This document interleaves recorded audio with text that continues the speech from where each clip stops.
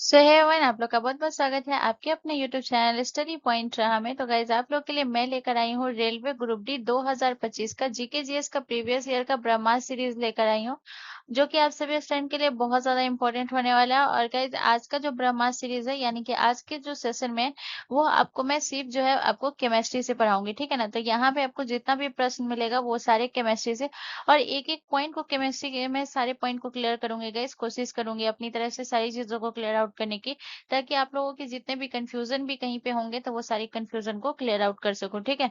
तो चलिए बिना देर के स्टार्ट करते हैं और अपने पहले क्वेश्चन की तरफ बढ़ते हैं।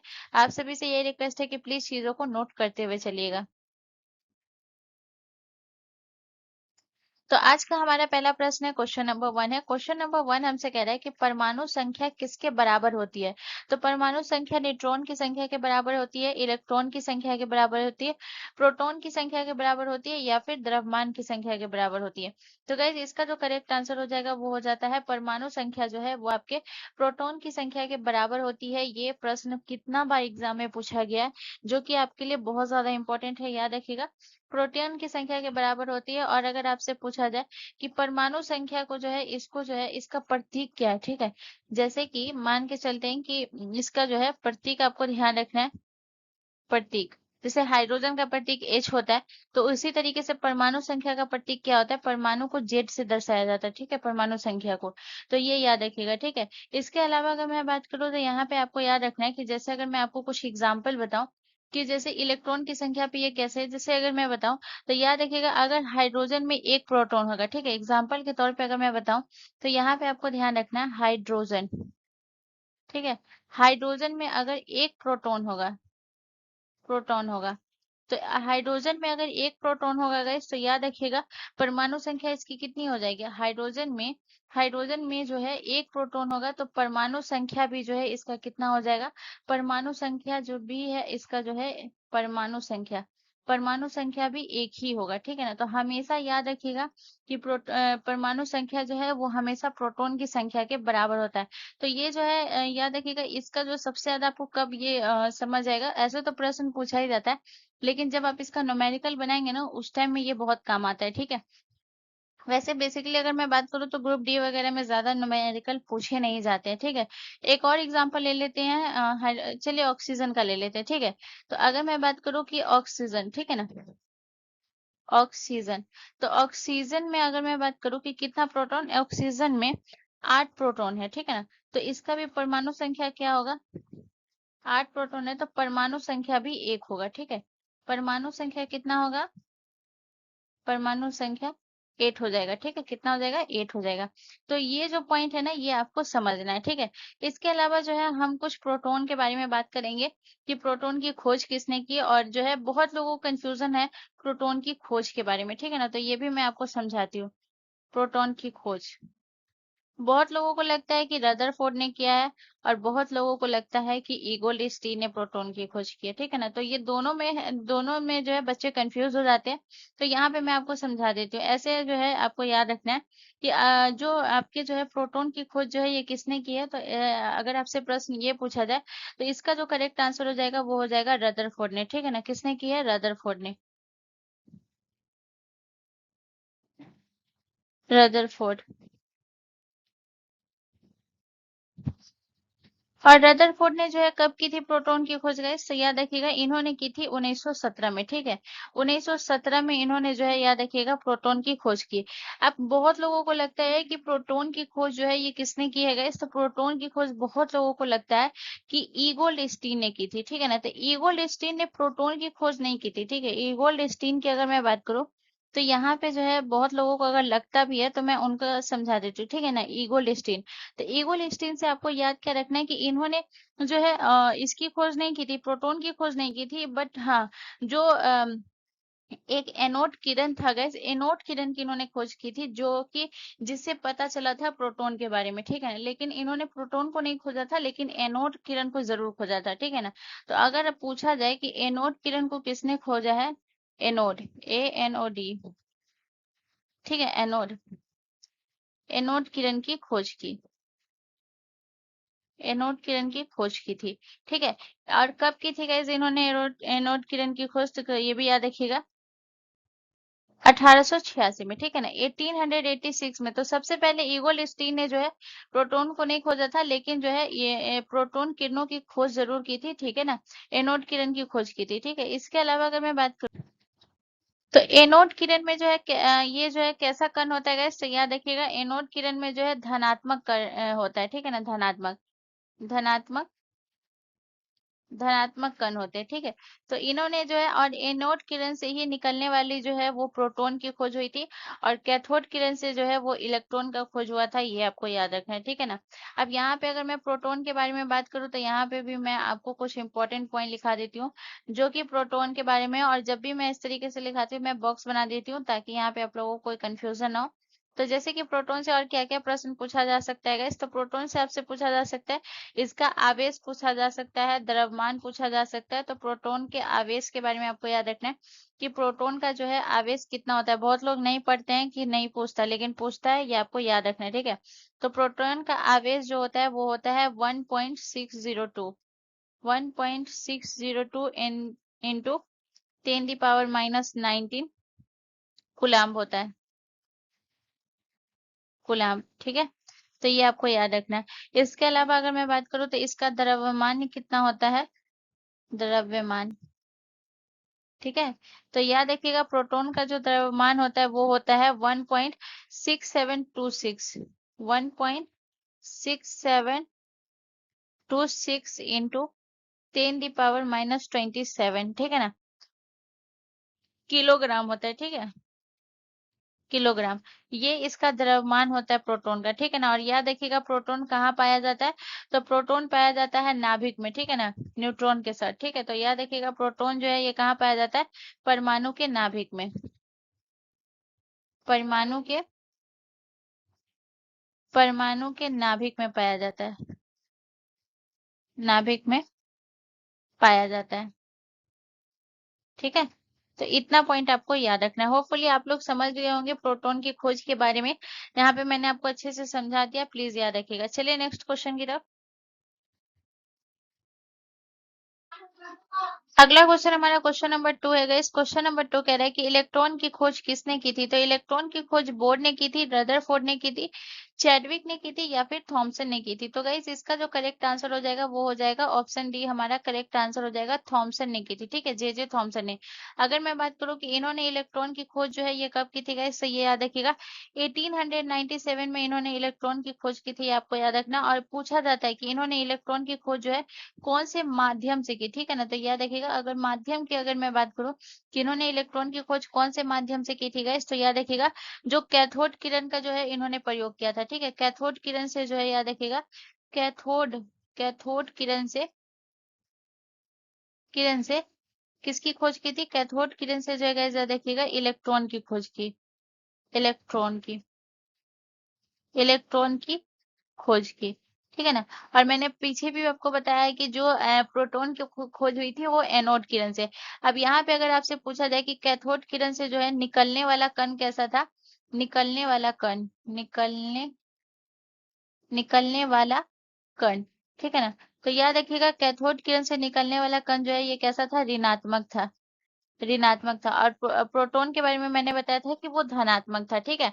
अब यहाँ पे अगर मैं बात करूँ तो जो है इलेक्ट्रॉन की अगर मैं बात करूँ तो ये आपका स्थित कहाँ पे होता है, ठीक है ना, हम इसे देखेंगे। तो याद रखिएगा इलेक्ट्रॉन जो परमाणु के नाभिक के चारों ओर स्थित होता है, ठीक है ना। तो याद रखिएगा परमाणु के नाभिक के चारों ओर, नाभिक के चारों ओर स्थित होता है, चारों ओर, चारों ओर स्थित होता है, ठीक है ना।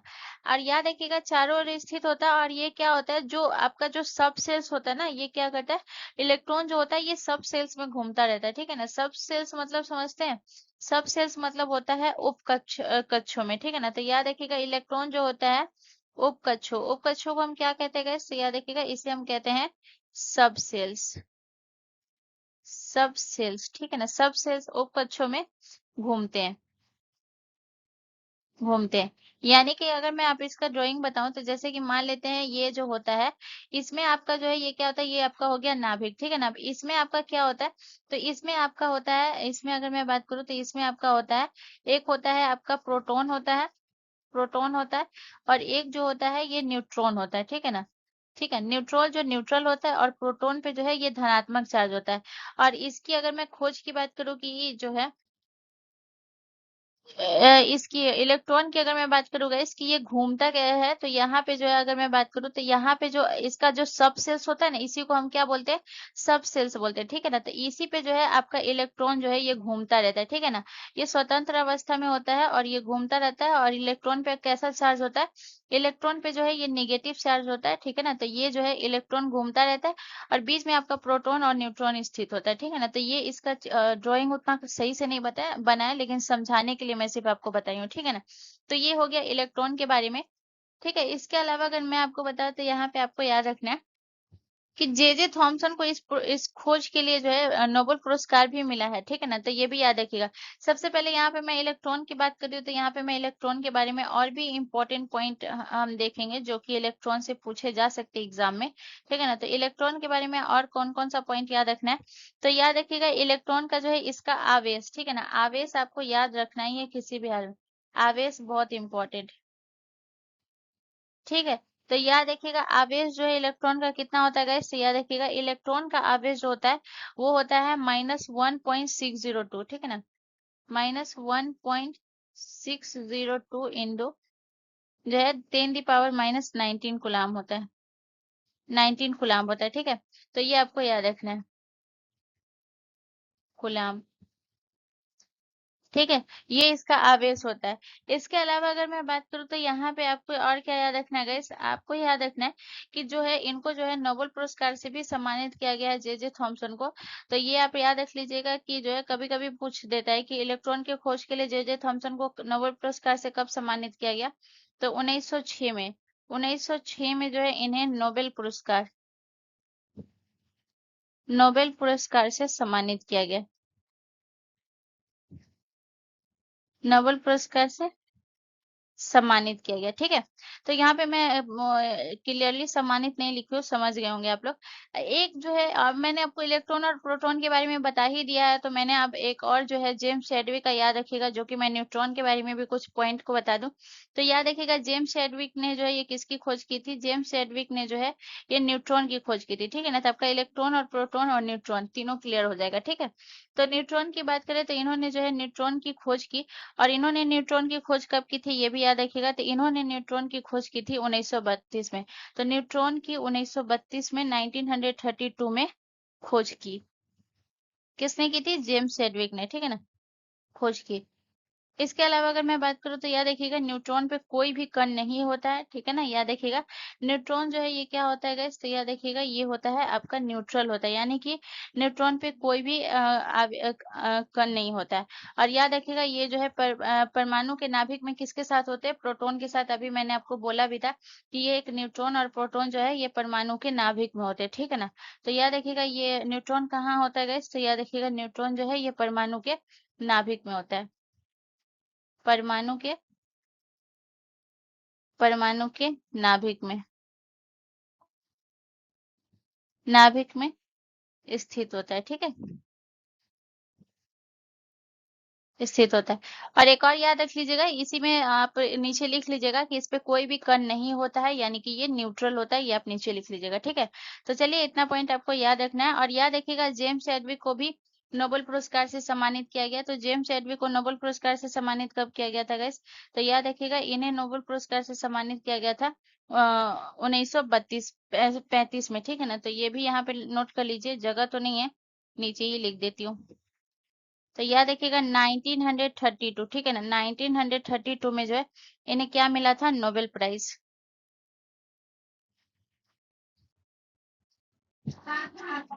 नोबेल प्राइज, ठीक है। तो याद रखिएगा इन्हें 1932 में नोबेल प्राइज मिला था जेम्स चैडविक को, और वो भी न्यूट्रॉन की खोज के लिए, ठीक है ना। चलिए अब हम नेक्स्ट क्वेश्चन की तरफ चलते हैं। अगला क्वेश्चन हमारा क्वेश्चन नंबर 3 है गाइस। क्वेश्चन नंबर 3 हमसे कह रहा है कि किस अधातु का उपयोग उर्वरकों में किया जाता है। तो निम्नलिखित में से कौन सा अधातु है, ठीक है ना, जिसका उपयोग किस में किया जाता है, उर्वरकों में किया जाता है। क्लोरीन का, सल्फर का, कार्बन का, या फिर इनमें से सभी। तो गाइस इसका जो करेक्ट आंसर हो जाएगा वो हो जाएगा ऑप्शन बी, हमारा करेक्ट आंसर हो जाएगा। ठीक है ना। अब मैं इसको क्लियर करने से पहले, जरूरी नहीं है मैंने ऑप्शन में सल्फर दिया तो आपको भी सल्फर ही देगा। तो यहाँ पे मैं आपको वैसे लिखाऊंगी, अधातु लिखाऊंगी जिसका उपयोग उर्वरकों में किया जाता है। ठीक है ना। तो सबसे पहले अगर मैं बात करूं नाइट्रोजन, नाइट्रोजन का उपयोग जो है ये किसमें किया जाता है, उर्वरकों में किया जाता है। ठीक है ना।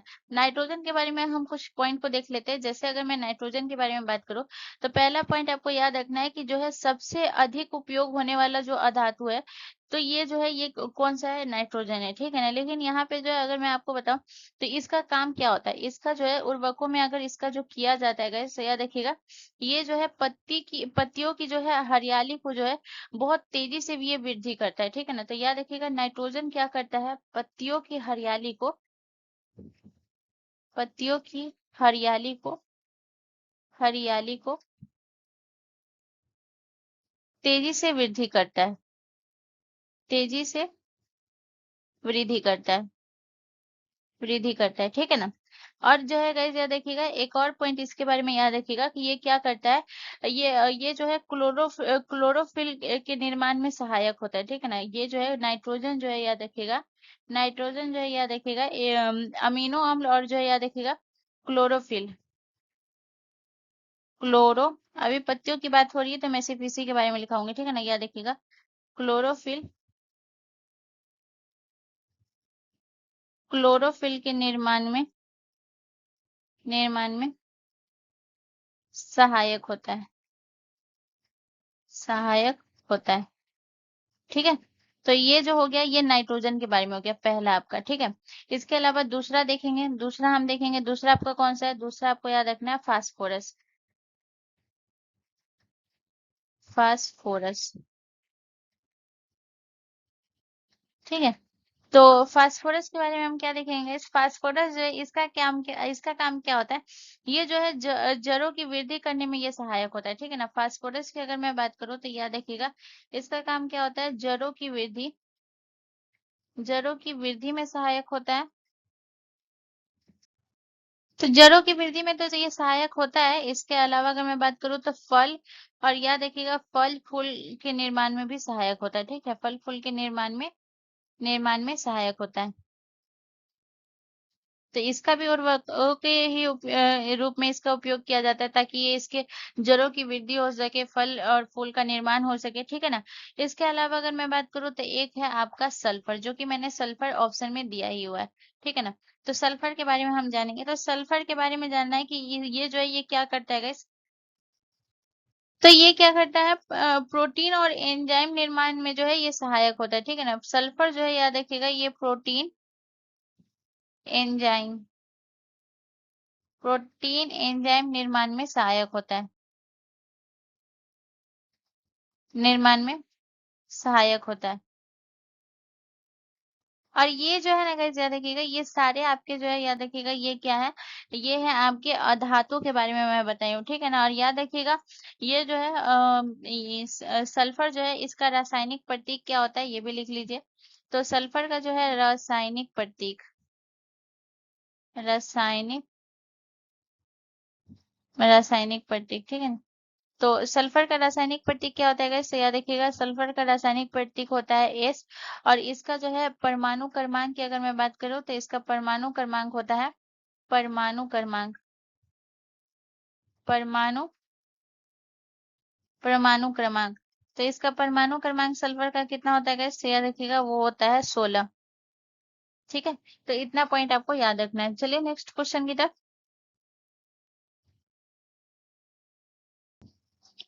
अगला क्वेश्चन हमारा क्वेश्चन नंबर 4 है गाइस। क्वेश्चन नंबर 4 हमसे कह रहा है कि रासायनिक परिवर्तन में क्या निर्मित होता है। पुराना पदार्थ, नया पदार्थ, कोई परिवर्तन नहीं या केवल रंग परिवर्तन। तो सबसे पहले हमको इसका आंसर समझने से पहले हमें ये समझना पड़ेगा कि रासायनिक परिवर्तन होता क्या है, जिसे हम केमिकल चेंजेस कहते हैं, ठीक है ना। तो हम इसके बारे में समझते हैं। तो रासायनिक परिवर्तन हम किसे कहते हैं, यानी कि जब कोई एक या फिर एक से अधिक पदार्थ जो है ये आपस में क्रिया करते हैं, ठीक है ना। तो याद रखिएगा, जब एक या एक से अधिक पदार्थ,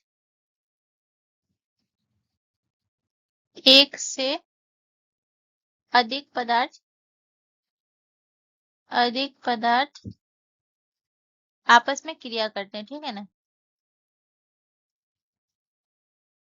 आपस में क्रिया करके क्या करते हैं, क्रिया करके नया पदार्थ बनाते हैं, ठीक है ना। नया पदार्थ बनाते हैं, नया पदार्थ बनाते हैं। उसे हम क्या कहते हैं, उसे हम कहते हैं गाइस रासायनिक परिवर्तन, यानी कि केमिकल चेंजेस। तो प्रश्न आपसे पूछा ही है कि जो है रासायनिक परिवर्तन में क्या ये होता है।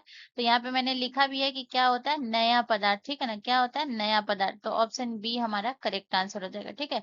ये हो गया केमिकल चेंजेस। अब जैसे कि मैं आपको एग्जाम्पल पे समझा देती हूँ, कुछ एग्जाम्पल ले लेते हैं, ठीक है। एग्जाम्पल में जैसे अगर मैं आपको बताऊं कि जैसे कि आपका जो है कागज का जलना, कागज का जलना। अब कागज का जलना कैसे है, तो जैसे अगर आप कागज को जलाते हैं, ठीक है ना। तो कागज जलने के बाद जो है ये क्या बनता है, कागज जलने के बाद हमें राख मिलता है। तो कागज से जो है ये राख बनता है, यानी कि कागज था पहले राख बन गया। तो ये जो है नया पदार्थ निर्मित हुआ। तो यही हो गया आपका केमिकल चेंजेस, ठीक है ना। जैसे ये पहला एग्जाम्पल है। अब यहाँ पे मैं आपको दूसरा एग्जाम्पल समझाऊं। तो दूसरा जो है ये आपको ध्यान रखना है, जैसे कि दूध का खट्टा होने में परिवर्तित होना, ठीक है ना। दूध का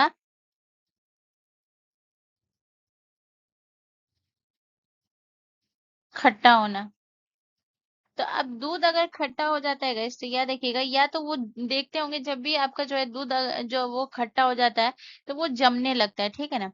तो दूध खट्टा होगा तो ये क्या हो जाएगा, ये जो है जब जमेगा तो वो दही टाइप में परिवर्तित होता है। भले वो खाने लायक हो या नहीं हो, लेकिन मैं आपको समझाने के लिए बता रही हूँ कि अगर दूध खट्टा हो जाएगा तो वो क्या होता है, वो जम जाता है। और जब में वो किस में कन्वर्ट हो जाता है, फिर वो दूध नहीं रहता है, फिर वो दही टाइप में परिवर्तित हो जाता है, ठीक है ना। तो ये हो गया आपका केमिकल चेंजेस हो गया, जिसे हम रासायनिक परिवर्तन कहते हैं, ठीक है ना। जैसे कि इसके अलावा अगर मैं बात करूँ, तीसरा एग्जांपल ले लेती हूँ।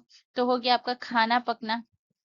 खाना पकना बहुत बार ऑप्शन में एग्जाम में पूछा गया है, ठीक है ना। तो खाना पकना, अब जैसे कि अब यहाँ पे अगर मैं बात करूँ कि रोटी है, रोटी बना रहे हैं तो पहले वो कच्चा आता है, लेकिन फिर उसके बाद जब हम उसको बेल लेते हैं एंड देन उसको बनाते हैं तो फिर वो क्या हो गया।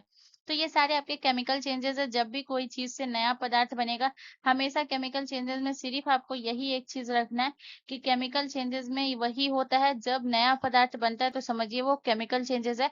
और अक्सर एग्जाम में इसी वजह से ना ऑप्शन पूछा जाता है कि निम्नलिखित में से कौन सा जो केमिकल चेंजेस है या फिर आपका जो है फिजिकल चेंजेस है। और एक और एग्जाम में आपसे पूछा गया था कि फल का पकना, ठीक है ना। फल का पकना जो है ये याद रखिएगा, फल का पकना भी केमिकल चेंजेस है, ठीक है। चलिए नेक्स्ट क्वेश्चन की तरफ। अगला क्वेश्चन हमारा क्वेश्चन नंबर 5 है। इस क्वेश्चन नंबर 5 हमसे कह रहा है कि निम्नलिखित में से रैखिक संरचना वाली यौगिक की पहचान करें। तो रैखिक संरचना वाली यौगिक कौन सी है, nitrogen dioxide, carbon dioxide, sulphur dioxide या फिर सिलिकॉन डाइऑक्साइड। तो गाइज इसका जो करेक्ट आंसर होगा वो हो जाएगा ऑप्शन बी, हमारा करेक्ट आंसर हो जाएगा कार्बन डाइऑक्साइड। हम मान लेते हैं कि मैंने आपको यहाँ पे पढ़ा दिया कि रैखिक संरचना वाली यौगिक की पहचान करें तो कार्बन डाइऑक्साइड। जिंदगी में आपको कभी भी याद नहीं होगा, और ये जो है आप जब तक ये नहीं समझेंगे कि रैखिक संरचना वाली यौगिक होती क्या है, तब तक आप इसका आंसर ही नहीं कर पाएंगे, ठीक है। तो सबसे पहले मैं आपको समझाती हूँ कि रैखिक संरचना वाली यौगिक जो है ये होती क्या है। यानी कि ये जो है ये जो परमाणु जो है ये क्या होती है, एक सीधी रेखा से जुड़ी होती है, और इसकी अणु की जो आकृति होती है ये कैसी होगी, ये लाइनर होगी, ठीक है ना। तो ये उसे ही हम कहते हैं रैखिक संरचना वाली यौगिक। इसकी मैं एग्जांपल भी समझाऊंगी अच्छे से। पहले आप मैं आपको यहाँ पे लिखा देती हूँ रैखिक संरचना वाली यौगिक। यहाँ पे लिख लीजिएगा कि जिसमें जिसमें क्या होता है, परमाणु, जिसमें परमाणु एक सीधी रेखा से जुड़े होते हैं, ठीक है ना। परमाणु एक सीधी रेखा से जुड़ी हो,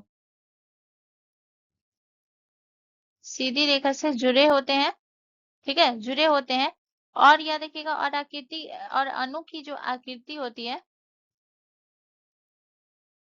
अणु की आकृति, और अणु की आकृति कैसी होती है? लाइनर होती है। कैसी होती है गाइस? लाइनर, लाइनर होती है। अब यहाँ पे जैसे मैं आपको एग्जांपल समझाती हूँ, ठीक है ना। जैसे कि मान लेते हैं हम कार्बन डाइऑक्साइड, यहाँ पे मैंने आपको इसका बताया, तो इसका मैं आपको एग्जांपल समझाती हूँ। फॉर एग्जांपल अगर मैं बताऊं तो इसका जो है कार्बन डाइऑक्साइड का क्या होता है? CO2। अब इसकी अगर मैं आकृति बनाऊंगी तो कैसा होगा? इसकी आकृति हमेशा जो है सीधी रेखा में होगी, ठीक है ना। इसकी आकृति कैसी होगी? सीधी रेखा में होगी, ठीक है। सीधी रेखा में होगी, ठीक है ना। यही हो गया सीधी रेखा में जो होती है आकृति, यानी कि सीधी रेखा से जुड़ी होती है, ठीक है ना। जुड़ी हुई है ना, ओ है, सी है, ओ, ये जुड़ी हुई है। तो इसे ही कहते हैं रैखिक संरचना वाली होगी। इसका मैं एक दो एग्जांपल और बताऊंगी। और जो है यहाँ पे जो मैं आपको ये बता दें कि इसकी आकृति जो ये कैसी है? लाइनर ही है। देख रहे हैं आप? लाइनर है। और याद रखिएगा, और इसका जो है एक और याद रखिएगा कि जो बॉन्ड एंगल होता है वो कितना होता है? तो इसका जो बॉन्ड एंगल होता है वो 180 डिग्री होता है, ठीक है ना। तो याद रखिएगा बॉन्ड एंगल कौन सा हो गया? बॉन्ड एंगल ये हो गया, ठीक है ना। ये जो हो गया, ये हो गया आपका बॉन्ड एंगल, ठीक है। इसे हम क्या कहेंगे? इसे हम कहेंगे बॉन्ड एंगल। Bond angle. तो बॉन्ड एंगल कितना होता है गाइस? तो याद रखिएगा बॉन्ड एंगल होगा 180 डिग्री। तो कभी कभी पूछ देता है, तो याद रखिएगा 180 डिग्री होता है।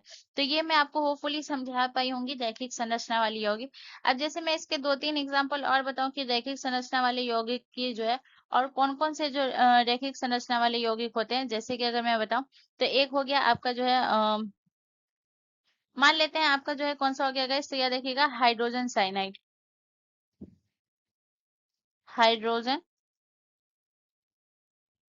हाइड्रोजन साइनाइड, ठीक है। Hydrogen cyanide. तो हाइड्रोजन साइनाइड की अगर मैं बात करूं तो इसका जो है ये क्या होता है हाइड्रोजन साइनाइड का? तो हाइड्रोजन साइनाइड का जो रासायनिक सूत्र होता है वो होता है HCN। अब ठीक है, अब मैंने इसको परिभाषित किया था कि एक परमाणु जिसमें परमाणु एक सीधी रेखा से जुड़ी हो। तब इसका जो है अगर मैं संरचना बनाऊंगी तो HCN का तो कैसे बनेगा?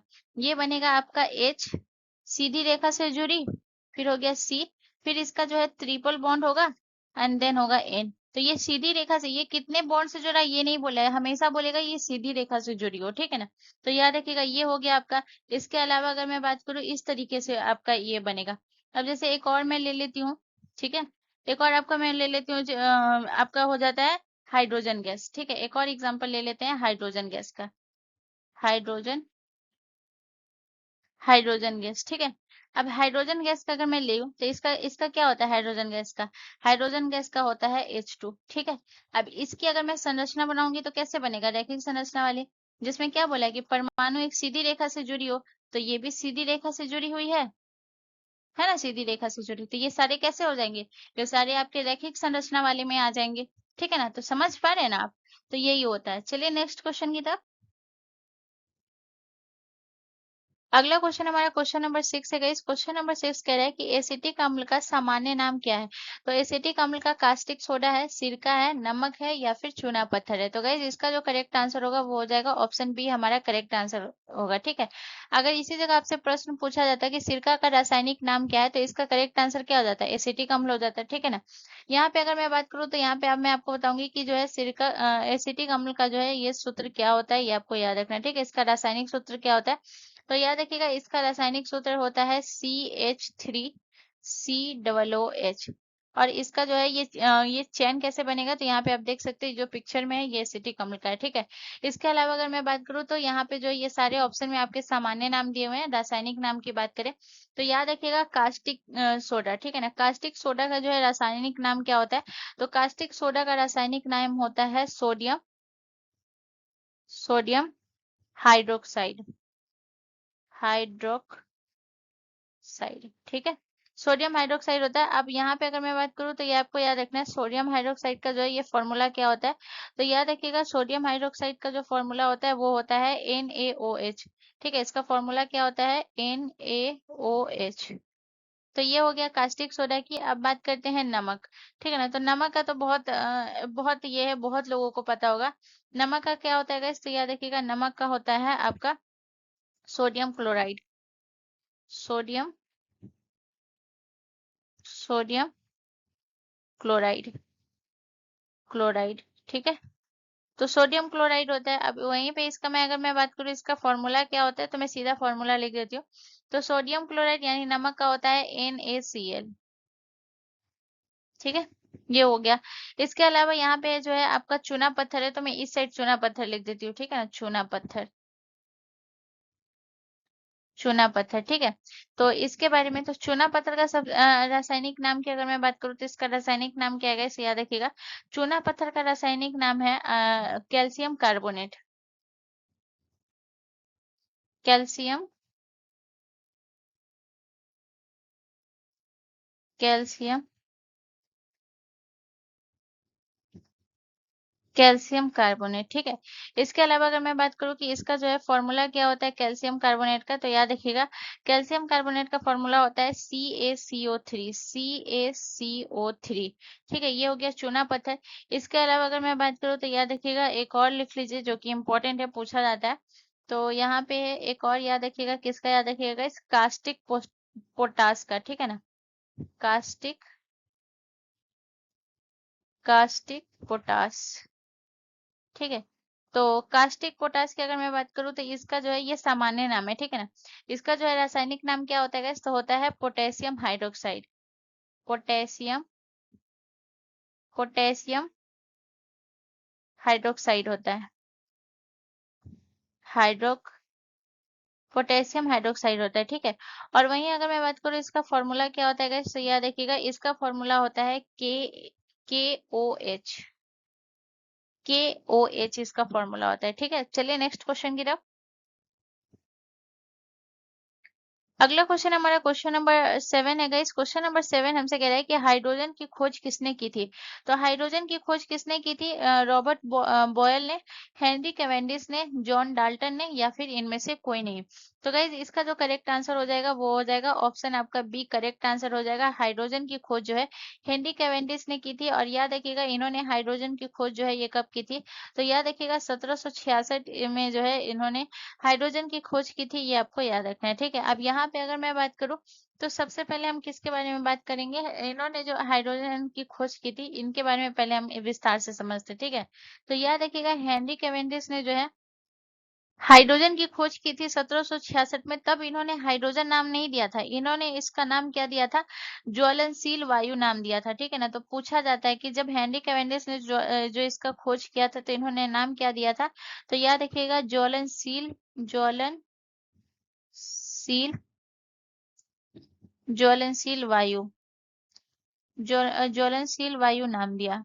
ठीक है, किसने, हेनरी कैवेंडिश ने। ठीक है, इसके अलावा याद रखिएगा इन्होंने कहा था कि जो है ये क्या करता है, ऑक्सीजन के साथ मिलकर जो है ये क्या बनाती है, जल बनाती है। ठीक है ना, तो इस इन्होंने जो है हेनरी कैवेंडिश ने कहा था कि जो है ये ऑक्सीजन के साथ मिलकर, ऑक्सीजन, ठीक है ना, ऑक्सीजन के साथ मिलकर जो है ऑक्सीजन के साथ मिलकर क्या बनाती है, जल बनाती है। ऑक्सीजन के साथ मिलकर क्या करती है, जल बनाती है, जल बनाती है। ठीक है, इसके अलावा यहाँ पे पूछा जाता है कि जब इन्होंने ज्वलनशील वायु नाम दिया था तो जो है इसका हाइड्रोजन नाम किसने दिया था, ये बहुत इंपॉर्टेंट है। तो याद रखिएगा जो आपके एक वैज्ञानिक थे जिनका नाम क्या था, एंटोनी लावोजियर। लावोजियर, एंटोनी लावोजियर। ठीक है, एंटोनी लावोजियर ने जो है guys याद रखिएगा, इन्होंने जो है याद रखिएगा क्या नाम दिया था, इन्होंने इसका नाम हाइड्रोजन रखा था। ठीक है, हाइड्रोजन नाम रखा। मैं थोड़ा बड़ा बड़ा लिख दे रही हूँ, ठीक है ना, ये बहुत इंपॉर्टेंट पॉइंट है।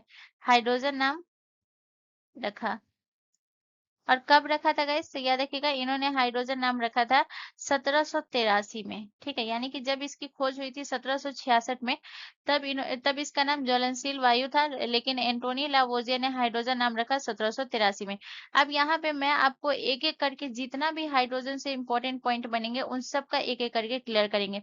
तो सबसे इंपॉर्टेंट आपको ये याद रखना है कि ये जो है हाइड्रोजन जो है ये सबसे हल्का तत्व होता है। ठीक है ना, तो याद रखिएगा सबसे हल्का और सबसे पहला तत्व कौन सा है, अगर आपसे प्रश्न पूछा जाए तो याद रखिएगा हाइड्रोजन जो है ये सबसे हल्का है, सबसे हल्का, सबसे हल्का और पहला तत्व है, पहला तत्व है, पहला तत्व है। पहला मैंने छोड़ दिया तो यहाँ पे इरेज कर देते हैं। और पहला तत्व है, ठीक है। तो पहला तत्व हाइड्रोजन का परमाणु क्रमांक कितना होता है, 1 होता है, तो ये पहला तत्व हुआ। इसके अलावा जो है आपको याद रखना है कि इसका जो है प्रतीक क्या होता है, हाइड्रोजन का प्रतीक। तो यह देखिएगा हाइड्रोजन का प्रतीक होता है H। और वहीं अगर मैं परमाणु क्रमांक की बात करूं, परमाणु क्रमांक, तो हाइड्रोजन का परमाणु क्रमांक कितना होता है, 1 होता है, इसीलिए ये पहला तत्व है, 1 होता है। इसके अलावा आपको हाइड्रोजन के बारे में याद रखना है कि आपसे प्रश्न पूछा जाए कि ब्रह्मांड में सबसे प्रचुर मात्रा में पाया जाने वाला तत्व कौन सा है गाइस, तो याद रखिएगा ये हाइड्रोजन है, ठीक है। तो ये भी आपको याद रखना है। ब्रह्मांड, ब्रह्मांड में सबसे प्रचुर मात्रा में पाया जाता है, सबसे प्रचुर मात्रा में,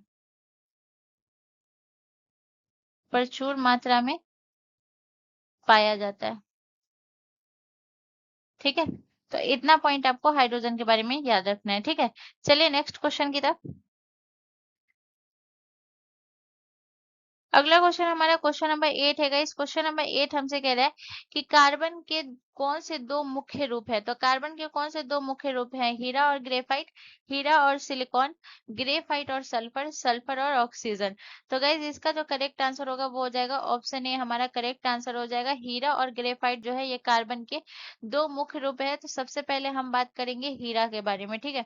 तो हीरा के बारे में आपको याद रखना है कि हीरा जो होता है ये आपको ध्यान रखना है, ये जो है बहुत ज्यादा कठोर होता है, ठीक है ना। कठोर हीरा जो है ये कैसा होता है, हीरा कठोर होता है, कठोर होता है। इसके अलावा पारदर्शी होता है, पारदर्शी होता है, पारदर्शी, पारदर्शी, पारदर्शी होता है, ठीक है। इसके अलावा और यह देखिएगा और हीरा क्या होता है, हीरा जो है ये विद्युत का कुचालक होता है, ठीक है ना। हीरा जो है याद रखिएगा, हीरा विद्युत का कुचालक होता है, विद्युत का कुचालक, कुचालक होता है, ठीक है। हीरा विद्युत का कुचालक होता है। इसके अलावा अगर मैं बात करूं जो आपका ग्रेफाइट है, दूसरा आपका कौन सा याद रखना है, दूसरा आपको याद रखना है ग्रेफाइट के बारे में, ग्रेफाइट। तो याद रखिएगा ग्रेफाइट जो है ये हीरा जो है विद्युत का कुचालक होता है और ग्रेफाइट जो है ये विद्युत का सुचालक होता है, ठीक है ना। तो याद रखिएगा ग्रेफाइट जो है, पहला पॉइंट मैं यही लिख देती हूँ, विद्युत का, विद्युत का सुचालक होता है, सुचालक, सुचालक होता है, ठीक है। इसके अलावा अगर मैं बात करूँ तो याद रखिएगा ये जो है ये कैसा होता है, ग्रेफाइट जो होता है कैसा देखिएगा ये बहुत ज्यादा मुलायम होता है, ठीक है ना। ग्रेफाइट कैसा होता है, मुलायम होता है, मुलायम होता है, ठीक है। और जो पेंसिल का जो निब होता है इस वो किसका बना होता है, वो ग्रेफाइट का ही बना होता है, ठीक है ना। तो ये आपको याद रखना है। चलिए नेक्स्ट क्वेश्चन की तरफ। अगला क्वेश्चन हमारा क्वेश्चन नंबर 9 है गाइस। क्वेश्चन नंबर 9 हमसे कह रहा है कि रेडियो धर्मिता की खोज किसने की। तो रेडियो धर्मिता की खोज किसने की थी गाइस, तो इसका करेक्ट आंसर क्या होगा, बोहर, बेकरेल, रदरफोर्ड या फिर मैडम क्यूरी। तो गाइस याद रखिएगा इसकी जो खोज की थी वो हेनरी बेकरेल ने की थी। तो ऑप्शन बी हमारा करेक्ट आंसर हो जाएगा, ठीक है ना। इन्होंने खोज की थी और कब की थी गाइस, तो 1896 में की थी, ठीक है ना। ये खोज कब हुआ था, 1896 में हुआ था, ठीक है। अब याद रखिएगा सबसे इंपॉर्टेंट पूछा क्या जाता है गाइस कि हेनरी बेकरेल को जो है रेडियो धर्मिता की खोज के लिए जो है, याद रखिएगा इनको जो है बेकरेल को इसकी खोज के लिए नोबेल पुरस्कार से भी सम्मानित किया गया था। बेकरेल को नोबेल पुरस्कार से, नोबेल पुरस्कार, नोबेल पुरस्कार। और नोबेल पुरस्कार जो है गाइस याद रखिएगा इन्हें कब मिला था यार, तो 1903 में मिला था। नोबेल पुरस्कार 1903 में सम्मानित किया गया, ठीक है, सम्मानित किया गया। तो ये हो गया हेनरी बेकरेल के बारे में कि इन्हें कब इन्होंने कब खोज की और इन्हें कब ये पुरस्कार कब मिला था। अब हम बात करेंगे रेडियो धर्मिता के बारे में, ठीक है। तो यहाँ पे एक एक करके हम सारे पॉइंट को याद रखेंगे। तो याद रखिएगा रेडियो धर्मिता से जो है उत्सर्जित होने वाले जो है हम कुछ कण या फिर विकिरण के बारे में बात करेंगे तो यहाँ रेडियोधर्मिता से उत्सर्जित होने वाले, उत्सर्जित उत्सर्जित होने वाले कण। तो यहाँ पे मैं आपको बताऊंगी कि रेडियोधर्मिता से जो है उत्सर्जित होने वाले कौन कौन से कण है। कभी कभी मैं ऑप्शन में दे देता है कि निम्नलिखित में से कौन है जो रेडियोधर्मिता से उत्सर्जित होते हैं या रेडियोधर्मिता से उत्सर्जित नहीं होते। तो ये जो है कण आपको याद रखना है, ठीक है ना। तो सबसे पहले उत्सर्जित यहाँ पे सही से लिख लीजिएगा, उत्सर्जित, ठीक है। इसको करेक्ट कर लेते हैं, ठीक है। तब यहाँ पे मैं आपको बताऊंगी कौन कौन सा है। तो पहले आपको याद रखना है अल्फा कण होते हैं उत्सर्जित, अल्फा कण, अल्फा कण उत्सर्जित होते हैं, ठीक है। दूसरा आपको याद रखना है कौन सा होता है, दूसरा आपको याद रखना है गाइस बीटा कण, बीटा कण उत्सर्जित होते हैं। और तीसरा मैं इस साइड लिखूंगी, ठीक है ना, तीसरा मैं इस साइड लिख देती हूँ, कौन सा होती है, गामा किरणें, ठीक है ना, ये किरणें होती हैं, गामा किरणें उत्सर्जित होती है, गामा किरणें। तो यहाँ पे मैं कुछ कुछ इंपॉर्टेंट पॉइंट लिखाती हूँ, जैसे कि अगर मैं अल्फा कण की अगर मैं बात करूँ तो अल्फा कण के बारे में आपको याद रखना है कि अल्फा कण में क्या होता है, अल्फा कण में 2 प्रोटॉन और 2 न्यूट्रॉन से बना होता है, ठीक है ना। अल्फा कण जो है याद रखिएगा 2 प्रोटॉन, 2 प्रोटॉन और 2 न्यूट्रॉन से बना होता है, 2 न्यूट्रॉन, 2 प्रोटॉन और 2 न्यूट्रॉन से बना होता है, बना होता है, ठीक है। अल्फा कण जो है ये आपका 2 प्रोटॉन और 2 न्यूट्रॉन से बना होता है। वहीं अगर मैं बीटा कण की बात करूँ गाइस तो याद रखिएगा जो आपका बीटा जो है बीटा आपका बी माइनस होता है, वो वहां से आपका क्या होता है, इलेक्ट्रॉन निकलता है, और बीटा बीटा बी प्लस से आपका पॉजिट्रॉन निकलता है, ठीक है ना। तो ये याद रखिएगा, बीटा बी माइनस, ठीक है। पहले बीटा लिखते हैं, ठीक है ना, बीटा, बीटा जो बी माइनस है गाइस, बीटा जो बी माइनस है इससे क्या निकलता है, बीटा बी माइनस से जो है इलेक्ट्रॉन निकलता है, ठीक है ना, इलेक्ट्रॉन, इलेक्ट्रॉन। और वहीं बीटा बी माइनस हो गया, और बीटा अगर बी बी प्लस की बात करें, बीटा बी पॉजिटिव, तो इससे क्या निकलता है गाइस, इससे जो निकलता है वो निकलता है पॉजिस्ट्रॉन, पॉजिस्ट्रॉन, ठीक है। तो लिख लीजिएगा पॉजिस्ट्रॉन।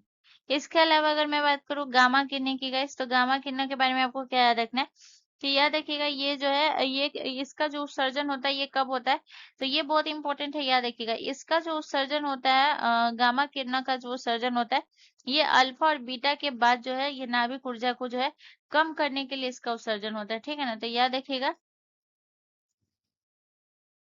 अल्फा,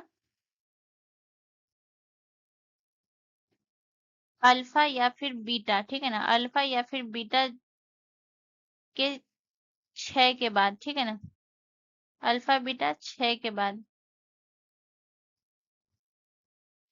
6 के बाद जो है कैसा देखिएगा, नाभिक की ऊर्जा को कम करने के लिए, नाभिक की ऊर्जा को,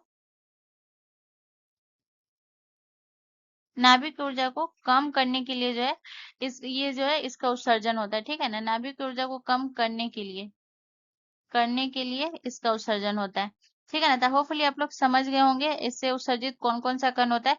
ये तीन आप याद ही रखिएगा, अल्फा कण, बीटा कण और गामा किरण जो है ये रेडियोधर्मिता से उत्सर्जित होते हैं। ये तो आपको याद रखना ही रखना है, ठीक है। चलिए नेक्स्ट क्वेश्चन की तरफ। अगला क्वेश्चन हमारा क्वेश्चन नंबर 10 है गाइस। क्वेश्चन नंबर 10 हमसे कह रहा है कि वायुमंडल में सबसे अधिक मात्रा में कौन सी अधातु पाई जाती है। तो सबसे अधिक मात्रा में कौन सी अधातु पाई जाती है, तो ऑक्सीजन, नाइट्रोजन या फिर कार्बन डाइऑक्साइड या फिर हाइड्रोजन। तो गाइस इसका जो करेक्ट आंसर होगा वो हो जाएगा ऑप्शन बी, हमारा करेक्ट आंसर हो जाएगा, नाइट्रोजन पाया जाता है। और वहीं अगर मैं नाइट्रोजन की अगर मैं बात करूँ तो लगभग नाइट्रोजन जो है ये वायुमंडल में कितना 78% जो है ये वायुमंडल में पाया जाता है, ठीक है। कितना पाया जाता है गाइस वायुमंडल में, 78%। अब यहाँ पे हम जितने भी पॉइंट है कुछ इंपॉर्टेंट पॉइंट को डिस्कस करेंगे। सबसे पहले हम नाइट्रोजन के बारे में बात करेंगे। याद रखिएगा नाइट्रोजन का जो है ये प्रतीक क्या होता है गाइस, ये आपको ध्यान रखना है, नाइट्रोजन का प्रतीक होता है एन, ठीक है ना, नाइट्रोजन का प्रतीक होता है एन। वहीं अगर मैं बात करूँ कि इसका परमाणु क्रमांक कितना होता है नाइट्रोजन का, परमाणु क्रमांक, तो याद रखिएगा नाइट्रोजन का जो परमाणु क्रमांक होता है वो होता है 7। ठीक है। इसके अलावा अगर मैं बात करूँ तो याद रखिएगा नाइट्रोजन जो है, याद रखिएगा ये रंगहीन होता है, यानी नहीं इसका कोई रंग होता है, नहीं इसका कोई गंध होता है और नहीं इसका कोई स्वाद होता है। तो याद रख लीजिएगा नाइट्रोजन जो है ये कैसा होता है, नाइट्रोजन जो है एक रंगहीन होता है, ना कोई रंग होता है। इसके अलावा आपको याद रखना है गंधहीन होता है, गंध भी नहीं होता है, गंधहीन भी नहीं होता है। इसके अलावा आपको याद रखना है स्वादहीन। ठीक है ना, स्वादहीन गैस है। ठीक है, गैस है। ठीक है। इसके अलावा अगर मैं बात करूँ तो याद रखिएगा नाइट्रोजन जो है ये आपको याद रखना है, ये कैसा गैस है गैस, तो याद रखिएगा नाइट्रोजन जो है एक अकरीय अधातु गैस है। ठीक है ना, तो याद रखिएगा अकरीय अधातु गैस है, अधातु गैस है। ठीक है। अब यहाँ पे कुछ नाइट्रोजन के बारे में हम यहाँ पे बात करेंगे। तो नाइट्रोजन के बारे में सबसे इंपॉर्टेंट पॉइंट है, आपको एक एक करके यहाँ पे डिस्कस करेंगे। सबसे पहले आपको याद रखना है कि नाइट्रोजन जो है ये विद्युत और ऊष्मा का कुचालक होता है। ठीक है ना, तो याद रखिएगा नाइट्रोजन जो है विद्युत और ऊष्मा का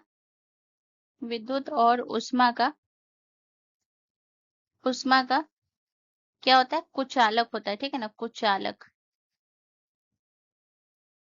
विद्युत और ऊष्मा का कुचालक होता है। ठीक है। इसके अलावा आपको याद रखना है कि नाइट्रोजन जो है, पूछा जाता है कि नाइट्रोजन जो है ये ऑक्सीजन के साथ अभिक्रिया करके क्या बनाती है। बहुत इंपॉर्टेंट पॉइंट है और बहुत बार एग्जाम में पूछा गया। तो याद रखिएगा नाइट्रोजन जो है ऑक्सीजन के साथ क्रिया करके क्या बनाती है, क्रिया करके क्रिया करके क्या बनाती है, नाइट्रिक ऑक्साइड बनाती है। ठीक है ना, याद रखिएगा क्या बनाती है, nitric nitric oxide, nitric oxide बनाती है। ठीक है। और उसके बाद आपको याद रखना है कि ऑक्सीजन के साथ ये क्या बनाती है, नाइट्रिक ऑक्साइड बनाती है। और वही अगर आपसे पूछ दे कि हाइड्रोजन के साथ ये क्या बनाती है गाइस, तो याद रखिएगा हाइड्रोजन के साथ, ठीक है ना, तो याद रखिएगा हाइड्रोजन के साथ ये बनाती है याद रखिएगा अमोनिया बनाती है। ठीक है। हाइड्रोजन के साथ ये क्या बनाती है गाइस, तो याद रखिएगा अमोनिया बनाती है, अमोनिया अमोनिया बनाती है। ठीक है। अमोनिया क्या होता है, इसका फॉर्मूला याद रखिएगा अमोनिया का होता है NH2, NH3, टू कह रही हूँ। ठीक है ना, NH3 होता है अमोनिया का। इस इतना पॉइंट आपको नाइट्रोजन के बारे में याद रखिएगा कि ये बहुत इंपॉर्टेंट है। ठीक है, चलिए नेक्स्ट क्वेश्चन की तरफ। अगला क्वेश्चन हमारा क्वेश्चन नंबर 11 है गाइस। क्वेश्चन नंबर 11 हमसे कह रहा है कि एल्युमिनियम का मुख्य अयस्क कौन सा है। तो एल्युमिनियम का मुख्य अयस्क कौन सा है, हेमेटाइट है, बॉक्साइट है, कैल्साइट है या फिर मैग्नेटाइट है। तो गाइस इसका जो करेक्ट आंसर हो जाएगा वो हो जाएगा ऑप्शन बी, हमारा करेक्ट आंसर हो जाएगा। एल्युमिनियम का मुख्य अयस्क बॉक्साइट है। ठीक है ना, बॉक्साइट के बारे में अगर मैं बात करूँ तो यहाँ पे आपको याद रखना है कि बॉक्साइट का अगर मैं बात करूँ कि सबसे ज्यादा उत्पादक भारत का सबसे ज्यादा उत्पादक राज्य, तो सबसे ज्यादा उत्पादक राज्य कौन सा है, ओडिशा, ओडिशा है। ठीक है। तो पहले नंबर पे ओडिशा आता है, लेकिन अगर मैं दूसरे नंबर की बात करूँ तो ओडिशा हो गया। इसके बाद आपको याद रखना है दूसरे नंबर पे झारखंड आता है, झारखंड। उसका तीसरा सबसे बड़ा राज्य कौन सा है गाइस, महाराष्ट्र। ठीक है ना, महाराष्ट्र में बॉक्साइट का सबसे ज्यादा उत्पादन होता है, लेकिन सबसे ज्यादा ओडिशा में होता है, then Jharkhand and then Maharashtra. ठीक है। इसके बाद अगर मैं बात करूँ तो ये आपको याद रखना है कि भारत जो है बॉक्साइट के उत्पादन में कितने नंबर पे है गाइस, तो याद रखिएगा भारत जो है ये बॉक्साइट के उत्पादन में जो है पांचवा सबसे बड़ा देश है। ठीक है ना, भारत पांचवा सबसे बड़ा देश है,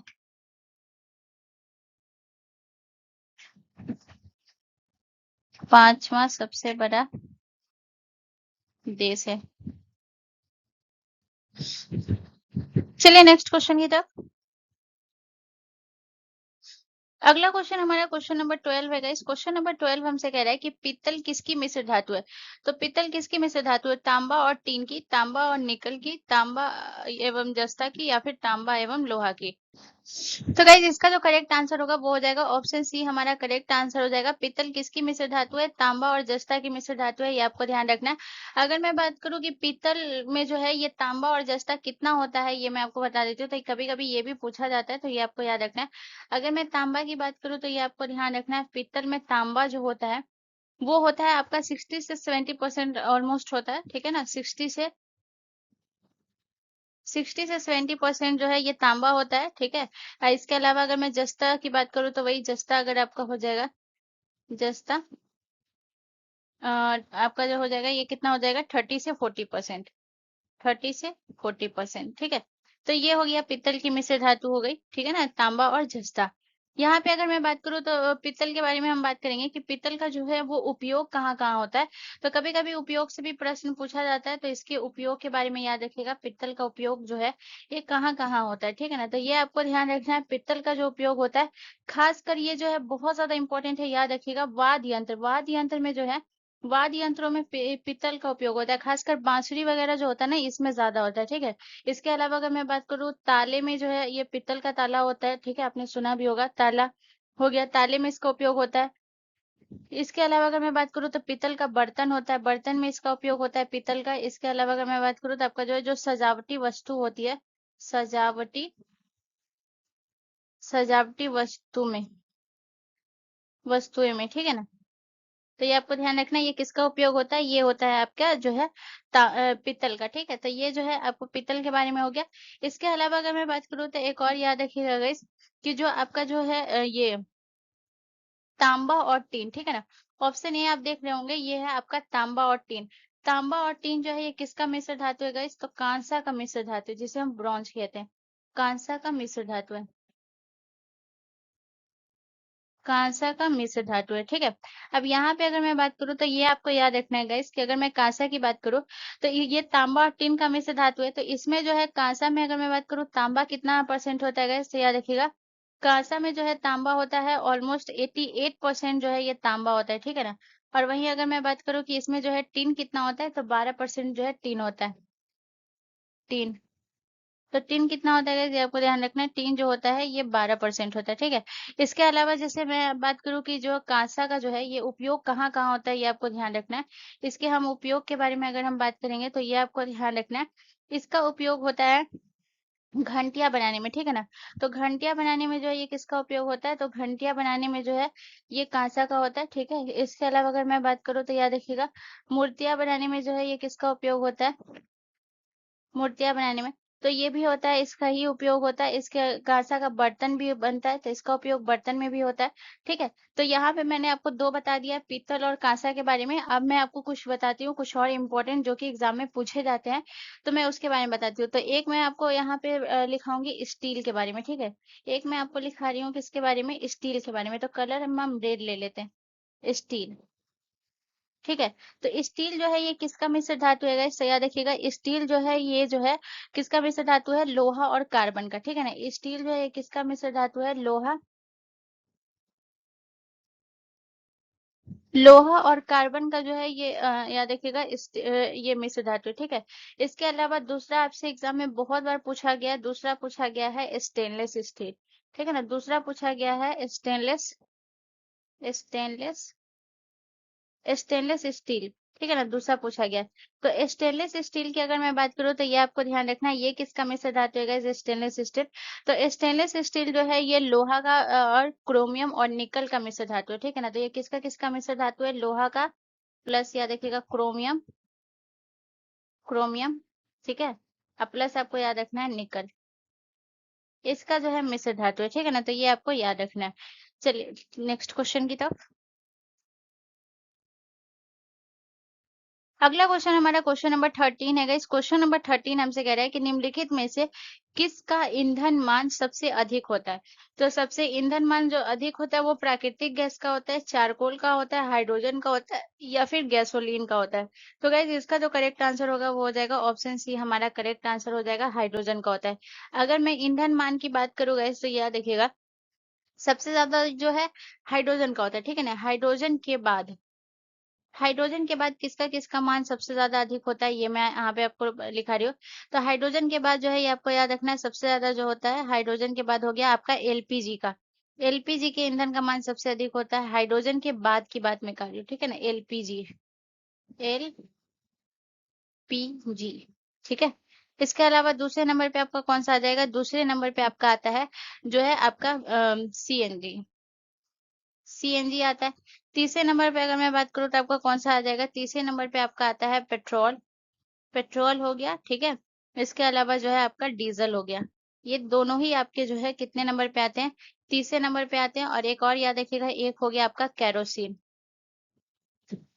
कैरोसिन, ठीक है। इसके अलावा तीसरे नंबर, पहले नंबर पे तो आपका हाइड्रोजन ही आता है, ठीक है ना, मैं इधर की बात कर रही हूँ। इसके अलावा अगर मैं बात करूँ तो इसके बाद जो है आपका आता है कोयला, ठीक है। इसके बाद जो है आपको याद रखिएगा, इसके बाद आपका आता है लकड़ी, और इसके बाद आता है आपका गोबर, ठीक है। तो सबसे ज्यादा प्रश्न पूछा ये जाता है कि किस ईंधन का मान सबसे अधिक होता है, तो हाइड्रोजन का मान सबसे अधिक होता है। और अगर पूछा जाए कि किस ईंधन का मान सबसे कम होता है, तो गोबर का मान सबसे कम होता है, ठीक है ना, ये प्रश्न याद रखिएगा। लेकिन दूसरा नंबर और तीसरा नंबर पूछता ही है, या कि आपसे चौथा पांचवा भी पूछ लेगा, तो ये जो है 5 तक कम से कम याद रखिएगा, ठीक है। चलिए नेक्स्ट क्वेश्चन की तरफ। अगला क्वेश्चन हमारा क्वेश्चन नंबर 14 है गाइस। क्वेश्चन नंबर 14 कह रहा है कि किस वैज्ञानिक ने सर्वप्रथम आवर्त सारणी का निर्माण किया। तो आवर्त सारणी का निर्माण मोसले ने किया था, डाल्टन ने किया था, मेंडलीफ ने किया था, या फिर रदरफोर्ड ने किया था। तो गाइस अगर आप क्वेश्चन ध्यान से पढ़ेंगे तो क्वेश्चन आपसे क्या बोला है कि सर्वप्रथम आवर्त सारणी का निर्माण किसने किया था। तो इसका करेक्ट आंसर हो जाता है ऑप्शन सी, हमारा करेक्ट आंसर हो जाएगा। अब यहाँ पे अगर यही प्रश्न आपसे पूछा जाता है कि किस वैज्ञानिक ने जो है ये आधुनिक आवाज सारणी का निर्माण किया था, तो यहाँ पे आंसर हो जाएगा मोस्ले, ठीक है। तो हम दोनों के बारे में एक एक करके अच्छे से पढ़ेंगे, ठीक है ना। बच्चे सब जो है इसी में कंफ्यूज हो जाते हैं, इसलिए मैं हमेशा बोलती हूँ कि क्वेश्चन हमेशा आप ध्यान से पढ़ा करें, ठीक है ना। तो याद रखिएगा, आधुनिक आवर्त सारणी का निर्माण, आधुनिक आवर्त सारणी का निर्माण जो है ये किसने किया था गाइस, तो ये आपको ध्यान रखना है। आधुनिक आवर्त सारणी का निर्माण जो है ये मोस्ले ने किया था। मेडलीव ने जो है ये सर्वप्रथम आवर्त सारणी का निर्माण किया था। तो याद रखिएगा, इन्होंने जो है आवर्त सारणी का निर्माण कब किया था गाइस, तो याद रखिएगा इन्होंने जो किया था वो किया था 1869 में, ठीक है ना। कब किया था, 1869 में इन्होंने निर्माण किया था आवर्त सारणी का, ठीक है, जो पीरियोडिक टेबल होता है हमारा। उसके अलावा जो है बहुत बार एग्जाम में पूछा गया कि मेडलीव ने जो है किस आधार पर जो है इन्होंने आवर्त सारणी को व्यवस्थित किया था गाइस, तो याद रखिएगा परमाणु द्रव्यमान के आधार पर, परमाणु द्रव्यमान के आधार पर, आधार पर व्यवस्थित किया था,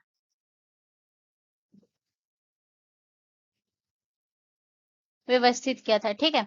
इसके अलावा अगर मैं बात करूँ तो याद रखिएगा, इन्होंने जो है मेडलीव ने जो है ये क्या किया था कि जितने भी जो थे तत्व थे जिनके समान गुण थे, उनको एक समूह में रखा था, ठीक है ना। तो यहाँ पे आप लिख लीजिएगा कि इनका ये क्या था, याद रखिएगा समान गुणों वाले तत्वों को, समान गुणों वाले तत्वों को, ठीक है ना, समान गुणों वाले तत्वों को एक समूह में रखा था, एक समूह में रखा था, ठीक है ना। तो ये जो है ये पॉइंट आप याद रखिएगा कि इन्होंने परमाणु द्रव्यमान के आधार पर व्यवस्थित किया था, और जितने भी समान गुण वाले तत्व थे उनको एक ही समूह में रखा थे, और जो है सर्वप्रथम इन्होंने किया था। मेडलीव के बारे में आपको इतना पॉइंट याद रखना है, ठीक है। इसके अलावा अगर मैं बात करूँ तो याद रखिएगा, अब हम थोड़ा हेनरी मोस्ले के बारे पे आते हैं।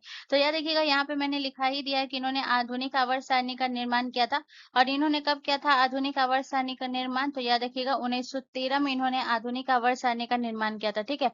और याद रखिएगा, अगर मैं पूछूं, अगर मैं आपको बताऊं, तो यहाँ पे आप याद रखिएगा कि पूछा जाए कि अभी जो वर्तमान में जो है आवर्त सारणी हमारा पीरियोडिक टेबल है, वो किन की नियम पर आधारित है, मोस्ले के नियम पर या फिर जो है मेडलीव के नियम पे। तो ये जो है बहुत इंपॉर्टेंट पॉइंट है, तो इसको आप याद रखिएगा कि जो अभी, अभी की अगर मैं बात करूँ तो याद रखिएगा अभी जो है आज नहीं वर्तमान लिख लीजिए, ठीक है ना, थोड़ा सोचना पड़ जाता है, ठीक है। वर्तमान वर्तमान में जो है याद रखिएगा, वर्तमान में आवर्त सारणी इसी नियम पर आधारित है, आवर्त सारणी इसी नियम पर आधारित है।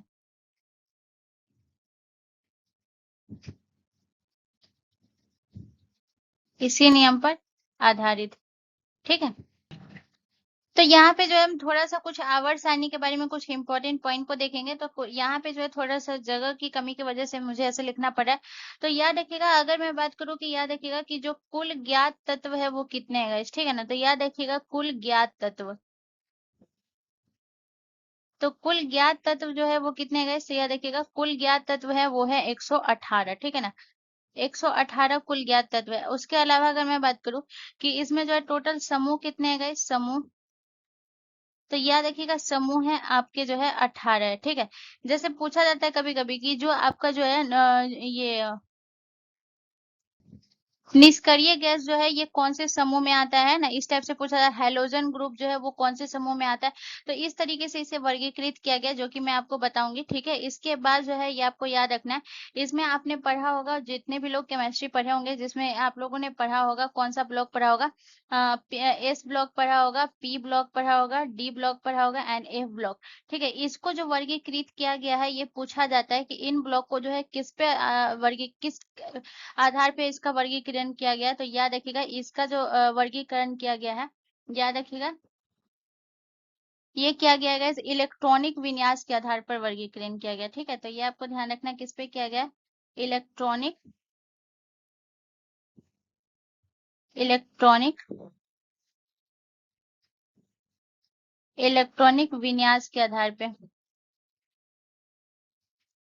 इलेक्ट्रॉनिक विन्यास के आधार पर वर्गीकरण किया गया,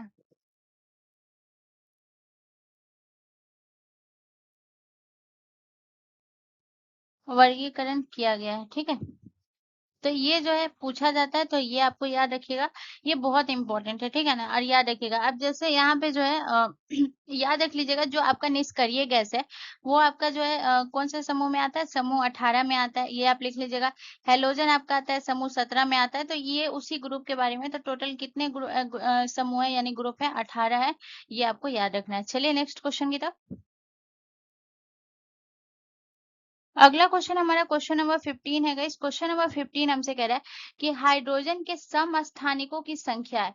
तो हाइड्रोजन के समस्थानिकों की संख्या कितनी है गाइस? 4 है, 3 है, 2 है या फिर 5 है। तो गाइस याद रखिएगा, समस्थानिकों मतलब समझते हैं, समस्थानिकों मतलब होता है आइसोटोप, हम जिसे कहते हैं, ठीक है ना। बहुत बार एग्जाम में पूछा गया, कभी कभी समस्थानिकों लिखा रहता है और कभी कभी जो है आइसोटोप ही लिखा रहता है, ठीक है, जिसे हम आइसोटॉप्स कहते हैं। यानी कि अगर आपसे पूछा जाए कि हाइड्रोजन के आइसोटॉप्स की संख्या कितनी है, तो गाइस इसका जो करेक्ट आंसर हो जाएगा वो हो जाएगा बी। ऑप्शन बी हमारा करेक्ट आंसर हो जाएगा, 3 है, ठीक है ना। अब 3 कौन कौन सा है ये मैं आपको बताती हूँ। तो पहला जो हो गया ये आपको याद रखना है, वो कौन सा हो गया, तो पहला हो गया आपका हो गया प्रोटियम। तो पहला कौन सा है, पहला है प्रोटियम। मैं एक एक करके इस सबको भी समझाऊंगी, पहले मैं ये 3 लिखा देती हूँ, ठीक है ना। प्रोटियम हो गया, ठीक है, पहला। इसके अलावा दूसरा जो है ये कौन सा हो गया गाइस, प्रोटियम हो गया। दूसरा हो गया आपका ड्यूटेरियम, ड्यूटेरियम, ठीक है। और तीसरा जो है ये आपका कौन सा हो गया गाइस, तीसरा जो हो गया आपका ट्रिटियम,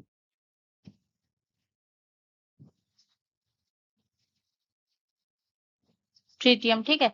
अब इसके बारे में हम एक एक करके जानेंगे, ठीक है ना। इससे बहुत एग्जाम में प्रश्न पूछा गया, ठीक है। तो सबसे पहले हम प्रोटियम के बारे में जानते हैं। तो याद रखिएगा प्रोटियम जो है यह हाइड्रोजन का सबसे जो है सामान्य आइसोटोप होता है, ठीक है ना। तो इसे साधारण हाइड्रोजन भी कहा जाता है, तो कभी कभी एग्जाम में पूछा जाता है, ठीक है ना। तो याद रखिएगा प्रोटियम जो है गाइस, याद रखिएगा इसे जो है, याद रखिएगा यह जो है हाइड्रोजन का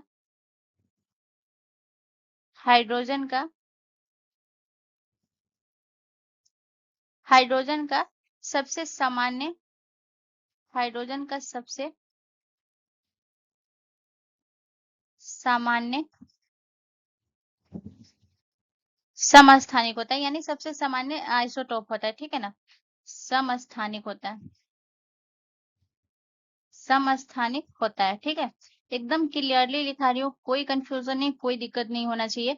अगर होगा तो भी कमेंट कर लीजिएगा, ठीक है, कमेंट करके पूछ लीजिएगा। यहाँ पे अगर मैं बताऊँ तो याद रखिएगा, अगर आपसे प्रश्न पूछा जाए कि साधारण हाइड्रोजन किसे कहा जाता है, तो साधारण हाइड्रोजन जो है याद रखिएगा, साधारण हाइड्रोजन जो है ये प्रोटियम को कहा जाता है, ठीक है ना, साधारण हाइड्रोजन कहा जाता है, कहा जाता है, ठीक है। तो यहाँ पे जो है एक चीज आप याद रखिएगा कि इसमें बेसिकली होता क्या है कि इसमें जो है याद रखिएगा कि जो प्रोटॉन की संख्या होती है ये समान होती है, लेकिन इसमें जो है क्या होता है कि जो आइसोटोप में न्यूट्रॉन की संख्या जो है वो अलग अलग होती है, ठीक है ना, ये भी याद रखिएगा। तो यहाँ पे अगर मैं बात करूँ जो अब आते हैं ड्यूटेरियम में, तो ड्यूटेरियम के बारे में आपको क्या याद रखना है कि इसे जो है भारी हाइड्रोजन कहा जाता है, ठीक है। ड्यूटेरियम को क्या कहता है, इसे भारी हाइड्रोजन कहा जाता है, इसे भारी हाइड्रोजन कहा जाता है, ठीक है, कहा जाता है। और उसके अलावा जो है एक और आपका बच गया ट्रिटियम, इसके बारे में आपको क्या याद रखना है गाइस, ये जो है याद रखिएगा ये जो है एक रेडियोधर्मिक आइसोटोप होता है, ठीक है ना, याद रखिएगा ट्रिटियम जो है याद रखिएगा यह एक रेडियोधर्मी, ठीक है ना, रेडियोधर्मी समस्थानिक है, समस्थानिक, समस्थानिक है, ठीक है। तो ये पॉइंट आपको याद रखना है। अब जैसे अगर मैं बात करूं प्रोटियम, ठीक है ना, प्रोटियम में जो है अगर मैं बात करूं कि प्रोटियम में जो है न्यूट्रॉन की संख्या, ठीक है ना, यहाँ पे मैं बात करूंगी न्यूट्रॉन की संख्या की, न्यूट्रॉन की संख्या, ठीक है। तो प्रोटियम में जो है न्यूट्रॉन की संख्या कितनी होती है गाइस, याद रखिएगा ये होती है प्रोटियम में 0 होती है, ठीक है ना, 0 होती है, ठीक है। इसके अलावा अगर मैं बात करूं ये ड्यूटेरियम में कितना होता है गाइस, तो याद रखिएगा ड्यूटेरियम में जो होता है वो 1 होता है, ठीक है। और न्यूट्रॉन की संख्या की बात करूँ, ठीक है ना, ये सारे आपके न्यूट्रॉन की संख्या, और ट्रिटियम में कितना होता है, 2 होता है। तो ये याद रखिएगा, कभी कभी पूछ देता है, ये आपको याद रखना है। और याद रखिएगा ये जो है पूछा पूछा गया था आपके प्रीवियस ईयर में, प्रश्न पूछा गया था कि जो है सबसे सामान्य समस्थानिक कौन सा, हाइड्रोजन का सबसे सामान्य समस्थानिक कौन सा है, तो याद रखिएगा वो होता है प्रोटियम, ये आपके प्रीवियस ईयर में पूछा गया हुआ है, ठीक है। चलिए नेक्स्ट क्वेश्चन की तरफ चलते हैं। अगला क्वेश्चन हमारा क्वेश्चन नंबर 16 है गाइस। क्वेश्चन नंबर 16 हमसे कह रहा है कि कौन सा धातु सबसे बेहतर विद्युत का चालकता प्रदर्शित करता है। तो कौन सा धातु है ये आपको बताना है। तो गाइस आपके ऑप्शन है तांबा, option B aluminium, option C चांदी, या ऑप्शन डी सोना। तो गाइस इसका जो करेक्ट आंसर है वो है ऑप्शन सी, हमारा करेक्ट आंसर हो जाएगा चांदी, ठीक है। याद रखिएगा चांदी जो है सबसे बेहतर विद्युत चालकता प्रदर्शित करता है, ये आपको ध्यान रखना है। अगर मैं बात करूँ तो चांदी का जो है ये प्रतीक क्या होता है गाइस, तो याद रखिएगा चांदी का जो है ये प्रतीक है, ठीक है ना, एजी जो है इसका प्रतीक हो गया, ठीक है, मैं उल्टा लिख दी हूँ, ठीक है ना। इसके अलावा अगर मैं बात करूँ कि चांदी चांदी का परमाणु संख्या कितना है, परमाणु संख्या, ठीक है। तो याद रखिएगा चांदी का परमाणु संख्या जो है गाइस याद रखिएगा ये कितना है, ये है 47। अब जैसे अगर मैं बेहतर विद्युत चालकता की बात करूं तो यहाँ पे जो है चांदी है, ठीक है ना, मैं क्रम में बता रही हूँ, ठीक है ना। तो सबसे ज्यादा जो है याद रखिएगा सबसे ज्यादा विद्युत चालकता किसकी है, चांदी की है। इसके अलावा आपको याद रखना है तांबा का है, ठीक है ना, तांबा का है। इसके अलावा सोना है। चा, चांदी सोना जो है ये एफर्ट आदमी नहीं कर सकता है, तो तांबा बेसिकली ज्यादा यूज होता है। और उसके अलावा जो है एल्यूमिनियम यूज होता है, ज्यादा तांबा ही यूज होता है, ठीक है ना, एल्यूमिनियम, एल्यूमिनियम, ठीक है। तो इसमें जो है सबसे ज्यादा ये जो धातु होती है जिसमें विद्युत का चालकता ज्यादा होता है। अब यहाँ पे मैं आपको दो क्वेश्चन और बताऊंगी, तो दो बहुत ज्यादा ये है, तो इसको मैंने लिखा नहीं है, अलग से क्वेश्चन नहीं है इसका, तो मैं इसी में बता देती हूँ। तो अगर आपसे प्रश्न पूछा जाए कि सबसे भारी धातु कौन सा है, ठीक है ना, ये तो बेहतर चालकता यानी कि विद्युत का सबसे अधिक चालकता प्रदर्शित करता है चांदी। लेकिन अगर पूछे सबसे भारी धातु कौन सा है, ये तो प्रश्न बहुत बार एग्जाम में रहते हैं, कॉमन सी है, लेकिन फिर भी याद रखिएगा सबसे भारी धातु, और दूसरा याद रखिएगा सबसे हल्की धातु, सबसे हल्की धातु, ठीक है। तो यहाँ पे अगर मैं बात करूँ तो सबसे भारी धातु होता है वो होता है आपका ओस्मियम होता है, ठीक है ना। ओस्मियम जो है ये सबसे भारी धातु है,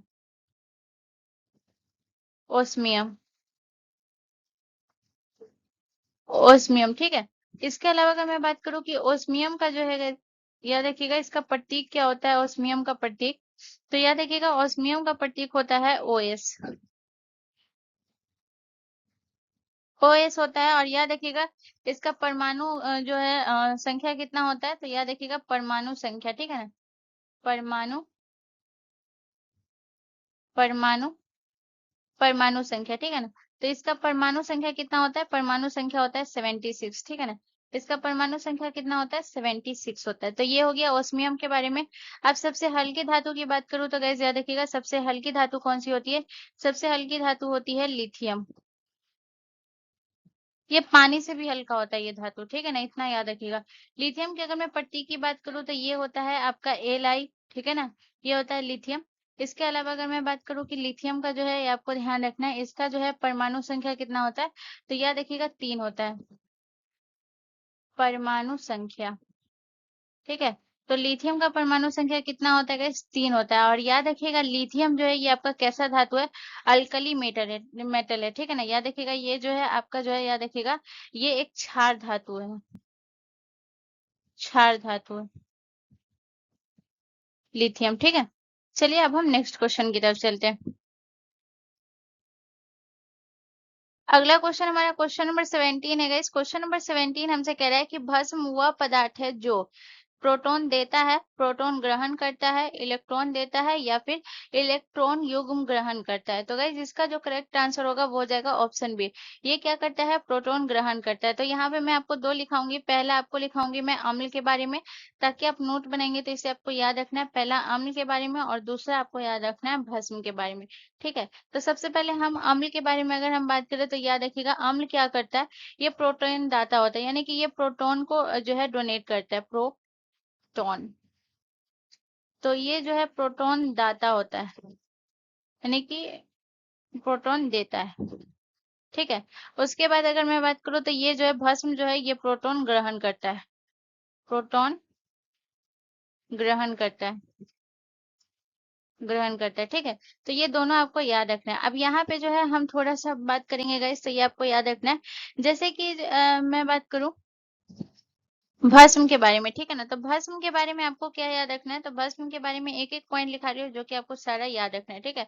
तो सबसे पहले अगर हम भस्म के बारे में बात करेंगे तो याद रखिएगा ये क्या करता है, ये जो है अम्ल के साथ अभिक्रिया करके क्या करता है, लवण और जल बनाता है, ठीक है ना। तो पूछा जाता है कि भस्म जो है अम्ल के साथ अभिक्रिया करके, अम्ल के साथ अभिक्रिया करके क्या बनाता है, अम्ल के साथ अभिक्रिया, अभिक्रिया करके ये क्या बनाता है गैस, तो याद रखिएगा अभिक्रिया करके ये बनाता है लवण, लवण प्लस जल, ठीक है ना, लवण और जल बनाता है, ठीक है, बनाता है। इतना पॉइंट आपको याद रखना है। इसके अलावा आपको याद रखना है कि ये क्या करता है, लाल लिटमस को जो है नीला करता है, ठीक है ना। ये क्या करता है, यहाँ पे आप देख रहे होंगे कि एक लाल लिटमस को डाला जा रहा है और ये कौन सा कलर किया है, इसको नीला कर दिया है। तो इस तरीके से भी आप चित्र में याद रखिएगा कि ये क्या करता है, लाल लिटमस को, लाल लिटमस को नीला करता है, नीला करता है, ठीक है। इसके अलावा आपको याद रखना है कि ये जो है स्वाद में कैसा होता है, तो याद रखिएगा ये स्वाद में कड़वा होता है, ये स्वाद में कड़वा होता है, ठीक है। इतना आपको याद रखना है। और याद रखिएगा ये जो है भस्म जो है guys, याद रखिएगा ये जो प्रबल भस्म जो होता है वो विद्युत का जो है क्या होता है, सुचालक होता है, ये भी याद रखिएगा, ठीक है। अब जैसे अगर मैं बात करूँ तो भस्म के कौन कौन सा है, जो मैं भस्म के कुछ नाम लिखूंगी यहाँ पे आपको याद रखना है, जैसे भस्म के बारे में। तो आपका कौन कौन सा हो गया, तो याद रखिएगा सोडियम हाइड्रोक्साइड हो गया, सोडियम हाइड्रोक्साइड, हाइड्रोक्साइड, ठीक है। तो सबसे पहले मैं अगर बात करूँ सोडियम हाइड्रोक्साइड, तो सोडियम हाइड्रोक्साइड का जो फॉर्मूला होता है वो होता है NaOH। ये मैं आगे भी लिखाई हूँ। और सोडियम हाइड्रोक्साइड जो है ये आपका कैसा भस्म है, ये भी याद रखिएगा। तो सोडियम हाइड्रोक्साइड जो है ये आपका प्रबल भस्म है, ठीक है ना, ये प्रबल होता है, प्रबल भस्म है, ठीक है। इसके अलावा अगर मैं बात करूँ सोडियम हाइड्रोक्साइड हो गया, ठीक है। इसके अलावा अगर मैं बात करूँ तो पोटेशियम हाइड्रोक्साइड हो गया, ये भी आपका भस्म है, पोटेशियम, पोटेशियम हाइड्रोक्साइड, हाइड्रोक्साइड हो गया, ठीक है। पोटेशियम हाइड्रोक्साइड की अगर मैं फॉर्मूला की बात करूँ तो इसका फॉर्मूला क्या होता है, KOH, ठीक है, KOH होता है। इसके अलावा और अगर मैं बात करूँ तो और कौन सा हो गया गैस, तो याद रखिएगा इसके बाद जो है आपको याद रखना है, ये हो गया आपका अमोनियम, ठीक है ना, अमोनियम हाइड्रोक्साइड हो गया, ये भी आपका भस्म हो गया, अमोनियम अमोनियम हाइड्रोक्साइड, हाइड्रोक्साइड, ठीक है। अमोनियम हाइड्रोक्साइड हो गया, और एक और याद रखिएगा, और आपका कौन सा हो गया गाइस, तो याद रखिएगा एक और आपका हो गया calcium hydroxide, calcium hydroxide, hydroxide, ठीक है। अब यहाँ पे अगर मैं बात करूँ तो ये आपको याद रखना है, अमोनियम हाइड्रोक्साइड का फॉर्मूला क्या होता है, तो अमोनियम का होता है गाइस, याद रखिएगा NH4OH। इसका फॉर्मूला क्या होता है, NH4OH, ये इसका फॉर्मूला होता है, ठीक है। इसके अलावा अगर मैं बात करूँ कैल्शियम का क्या होता है, तो CaOH2, CaOH2, ठीक है, ये इसका होता है, ठीक है ना। तो इतना पॉइंट आपको याद रखना है। अब हम चलिए नेक्स्ट क्वेश्चन की तरफ चलते हैं। अगला क्वेश्चन हमारा क्वेश्चन नंबर 18 है गाइस। क्वेश्चन नंबर 18 हमसे कह रहा है कि पदार्थ किस अवस्था में अणु सबसे अधिक गतिशील होते हैं। तो पदार्थ कौन सी अवस्था में जो है अणु सबसे गतिशील होता है, प्लाज्मा में, द्रव में, गैस में, या फिर ठोस में, ठीक है ना। तो गाइस ये बताइए इसका करेक्ट आंसर क्या हो जाएगा गाइस, तो याद रखिएगा ये होता है गैस अवस्था में, ठीक है ना। गैस अवस्था में जो है अणु सबसे अधिक जो है, याद रखिएगा, गतिशील होता है। क्यों? क्योंकि जो है याद रखिएगा जो इनमें जो है जो अणु बल जो है, याद रखिएगा अंतर अणु में जो है बल बहुत कम होते हैं, ठीक है ना, याद रखिएगा। यानी कि मैं आपको जो है एक पिक्चर के थ्रू समझाऊं, तो जैसे कि अगर मैं बात करूं कि इसमें जो अणु होते हैं, जैसे गैस अवस्था की मैं बात करूं, तो इसमें क्या होता है कि बहुत कम होते हैं, ठीक है ना। गैस अवस्था में जो अणु होते हैं ये बहुत कम होते हैं, और जिसकी वजह से कम होते हैं, तो ये क्या होता है, कम होने की वजह से जो है याद रखिएगा ये क्या होता है, स्वतंत्र रूप से गति कर सकते हैं। अगर ये कम है तो जाहिर सी बात है ये स्वतंत्र रूप से गति करेंगे, स्वतंत्र रूप से ये क्या करेंगे, गति करेंगे, ठीक है। तो स्वतंत्र रूप से जब ये गति करेंगे गाइस, तो याद रखिएगा गति करने से क्या होता है, जो है ये एक दूसरे से जो है टकराते हैं। जब ये गति करेगा तो ये एक दूसरे से आपस में क्या होगा, टकराएगा, ठीक है, एक दूसरे से आपस में टकराएगा, और टकराने की वजह से जो है क्या होता है, इनकी जो गति जो ऊर्जा है ये बढ़ती है, ठीक है ना। इसकी गति ऊर्जा क्या होती है, टकराने से, याद रखिएगा जब स्वतंत्र रूप से ये गति करेंगे, तो गति करेंगे तो क्या होगा, आपस में टकराएगा, आपस में टकराएगा, टकराएगा, ठीक है। और जब आपस में टकराएगा तो ये क्या होगा, आपस में टकराएगा तो जो है इनकी गति ऊर्जा बढ़ेगी, ठीक है। आपस में टकराने के बाद क्या है, गति ऊर्जा बढ़ेगी, गति ऊर्जा बढ़ेगी, ठीक है। और जब गति ऊर्जा बढ़ेगी तो ये जो है ये याद रखिएगा, तो ये क्या होगा, ये गतिशील होगा। इसीलिए तो बोले हैं कि सबसे अधिक गतिशील किस में होता है, गैस में होता है। गैस में क्यों होता है, क्योंकि इसमें जो है अणु बहुत दूर दूर होते हैं। दूर दूर होने की वजह से ये जो है ये जो अणु जो ये पार्टिकल्स है जो है ये स्वतंत्र रूप से ये गति कर सकते हैं, दूर दूर है तो ये कहीं भी जा सकते हैं। और जब ज्यादा दूर जाएंगे तो ये क्या होगा, आपस में टकराएगा, और टकराने की वजह से जो है इसकी गति ऊर्जा बढ़ेगी, ठीक है ना। तो होपफुली आप समझ गए होंगे इस पॉइंट को, ठीक है। चलिए अब हम नेक्स्ट क्वेश्चन की तरफ चलते हैं। अगला क्वेश्चन हमारा क्वेश्चन नंबर 19 है गाइस। क्वेश्चन नंबर 19 कह रहा है कि किस अवस्था में पदार्थ एक निश्चित आकार और आयतन बनाए रखता है। तो कौन सी अवस्था में, द्रव अवस्था में, गैस अवस्था में, ठोस अवस्था में, या फिर प्लाज्मा अवस्था में। तो गाइस इसका जो करेक्ट आंसर होगा वो हो जाएगा ऑप्शन सी हमारा करेक्ट आंसर। ठोस अवस्था में एक निश्चित और आकार और आयतन बनाए रखता है। अब क्यों बनाए रखता है ये भी मैं आपको बताती हूँ। जैसे मैंने आपको गैस के बारे में बताया था, तो सेम अगर मान लेते हैं, ये हो गया आपका ठोस अवस्था, ठीक है। इसमें जो अणु होते हैं वो बहुत नजदीक होते हैं, ठीक है। अणु क्या होते हैं गाइस, नजदीक होते हैं। थोड़ा बड़ा बड़ा ले लेते हैं, ठीक है ना, ऐसे बहुत टाइम लगेगा। और ये नजदीक होने के कारण जो है ये क्या होता है गाइस, मैं बड़ा बड़ा ले लेती हूँ, ठीक है ना। ऐसे तो छोटा छोटा होता है, बट मैं यहाँ पे सिर्फ समझाने के लिए आपको मैं बता रही हूँ, ठीक है। ये होता है। अब इसमें क्या होता है कि अगर इसमें जो है वाइब्रेट करेगा, ठीक है ना। इसमें क्या होता है, वाइब्रेट करने की वजह से जो है ये सिर्फ एक ही जगह स्थिर रहेगा, ठीक है ना।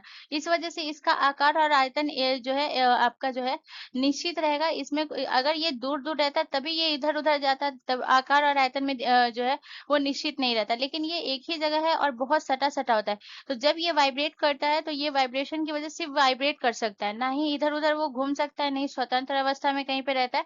तो इस वजह से जो है इसका निश्चित आयतन और आकार रहता है, ठीक है ना। ये ठोस का होता है, ठीक है ना। तो ये आप याद रखिएगा, तो इससे आपको याद रहेगा। इसके अलावा अगर मैं बात करूँ कि ठोस जो है ये आपको ध्यान रखना है, ये कितने प्रकार के होते हैं? तो याद रखिएगा ठोस जो है ये 2 प्रकार का होता है, ठीक है ना? कौन-कौन सा इसका प्रकार है? 2 प्रकार का है। पहला कौन सा हो जाएगा? पहला होता है क्रिस्टलीय ठोस। क्रिस्टलीय क्रिस्टलीय ठोस होता है। और दूसरा आपका कौन सा होता है गाइस? दूसरा होता है आपका एमोर्फस ठोस। एमोर्फस एमोर्फस होता है, ठीक है ना? एमोर्फस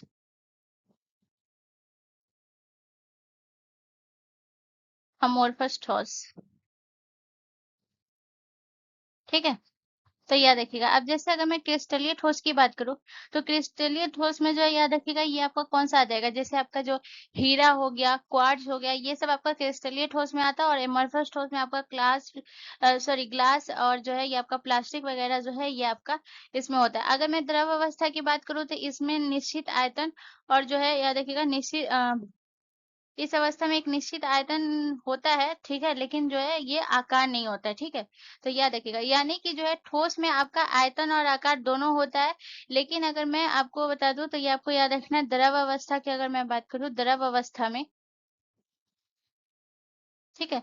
तो द्रव अवस्था में क्या होता है गाइस? तो याद रखिएगा द्रव अवस्था में जो है याद रखिएगा इसका जो है आयतन निश्चित होता है, ठीक है ना? आयतन निश्चित होता है। आयतन निश्चित होता है, परंतु परंतु आकार जो है आकार नहीं होता है, आकार निश्चित नहीं होता है, ठीक है ना? तो ये पॉइंट आपको याद रखना है, ठीक है? चलिए नेक्स्ट क्वेश्चन की तरफ। अगला क्वेश्चन हमारा क्वेश्चन नंबर 20 है गाइस। क्वेश्चन नंबर 20 कह रहा है कि प्रकृति में सबसे ज्यादा मात्रा में पाया जाने वाला कार्बनिक यौगिक है। तो प्रकृति में सबसे ज्यादा मात्रा में पाया जाने वाला जो कार्बनिक यौगिक है वो सुक्रोज है, फ्रुक्टोज है, ग्लूकोज है या फिर सेलुलोज है। तो गाइस इसका जो करेक्ट आंसर हो जाएगा वो हो जाएगा ऑप्शन डी हमारा करेक्ट आंसर हो जाएगा। सेल्यूलोज जो है ये प्रकृति में सबसे ज्यादा मात्रा में पाया जाने वाला एक कार्बनिक यौगिक है, ठीक है ना? याद रखिएगा। अगर मैं बात करूँ तो याद रखिएगा ये पौधों की कोशिका भित्ति का मुख्य घटक होता है, ठीक है ना? सेल्यूलोज जो है याद रखिएगा पौधों की कोशिका भित्ति की पौधों की कोशिका भित्ति की कोशिका भित्ति की मुख्य घटक होता है।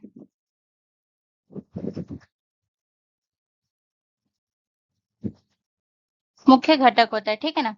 ये याद रखिएगा। इसके बाद अगर मैं बात करूँ तो याद रखिएगा कि जो आपका कपास है, ठीक है ना? कपास के बारे में आपको क्या याद रखना है गाइस? तो कपास के बारे में याद रखिएगा कि जो है कपास जो है ये लगभग जो है कितना परसेंट इसमें सेल्यूलोज होता है? 90% जो है 90% सेल्यूलोज होता है। सेलुलोज होता है, ठीक है ना? याद रखिएगा कपास में। और याद रखिएगा जो आपका जो लकड़ी और घास और जो पत्तियां होती है, ठीक है ना? लकड़ी घास और याद रखिएगा पत्तियां। लकड़ी घास और जो पत्तियां होती है गाइस याद रखिएगा ये जो है इसका प्रमुख स्रोत होता है। प्रमुख स्रोत होता है, ठीक है? तो इतना पॉइंट आपको याद रखना है। तो गाइज आज का सेशन यहीं कंप्लीट होता है। यहाँ से रिलेटेड कोई भी कंफ्यूजन कोई भी दिक्कत है तो आप मुझसे कमेंट करके पूछ सकते हैं, मैं उसका जरूर रिप्लाई करूंगी। एंड मोस्ट इंपॉर्टेंट चीज है गाइज कि प्लीज इसका नोट बना लीजिएगा, ठीक है ना? जितना ज्यादा हो सके चीजों को रिवाइज करिए और अपना मेहनत करिए और अपने एग्जाम में बेस्ट दीजिए। मिलते हैं नेक्स्ट वीडियो में। जय हिंद।